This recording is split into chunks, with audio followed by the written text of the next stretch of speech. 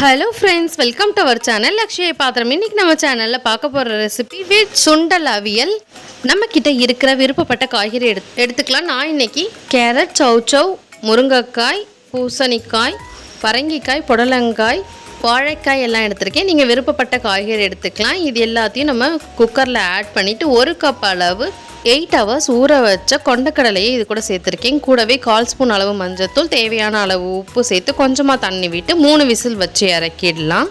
தேங்காய் விழுது அரைக்கிறதுக்கு 1/4 கப் அளவு தேங்காய் துருவல், கூடவே 2 பச்சை மிளகாய் காரத்துக்கு, 1/2 ஸ்பூன் அளவு ஜீரகம் எல்லாத்தையும் மிக்சர் ஜாரில் ஆட் பண்ணிவிட்டு கொஞ்சமாக தண்ணி விட்டு இந்த மாதிரி திக்கான பேஸ்ட்டாக அரைச்சி எடுத்துக்கோங்க. வேக்கம்லாம் போயிட்டு காய்கறி நல்லா வெந்ததுக்கு அப்புறம் நம்ம அரைச்சி வச்சுருக்கிற தேங்காய் விழுதை இதில் ஆட் பண்ணிவிட்டு ஒரு 2 minutes கொதிக்க வச்சிடலாம். ஏன்னா பச்சை மிளகாயோட பச்சை வாசனைலாம் போகணும். அதுக்காக இப்போ இதில் தாளிச்சிடலாம்.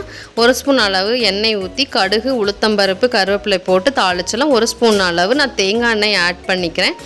அவியலுக்கு டேஸ்ட் ரொம்ப நல்லாயிருக்கும். தேங்காய் எண்ணெயில் தாளிச்சாலும் இல்லை இதில் ஆட் பண்ணினாலும் நல்லாயிருக்கும் டேஸ்ட்டு. இப்போ அவியல் ரெடி ஆகிடுச்சு. வெஜ் சுண்டல் அவியல்.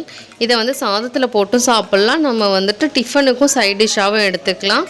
நீங்கள் விருப்பப்பட்டீங்கன்னா இதில் தயிர் சேர்த்து தயிர் அவியலாகவும் சாப்பிட்லாம். ட்ரை பண்ணி பார்த்துட்டு எனக்கு கமெண்ட்ஸில் சொல்லுங்கள். தேங்க்ஸ் ஃபார் வாட்சிங்.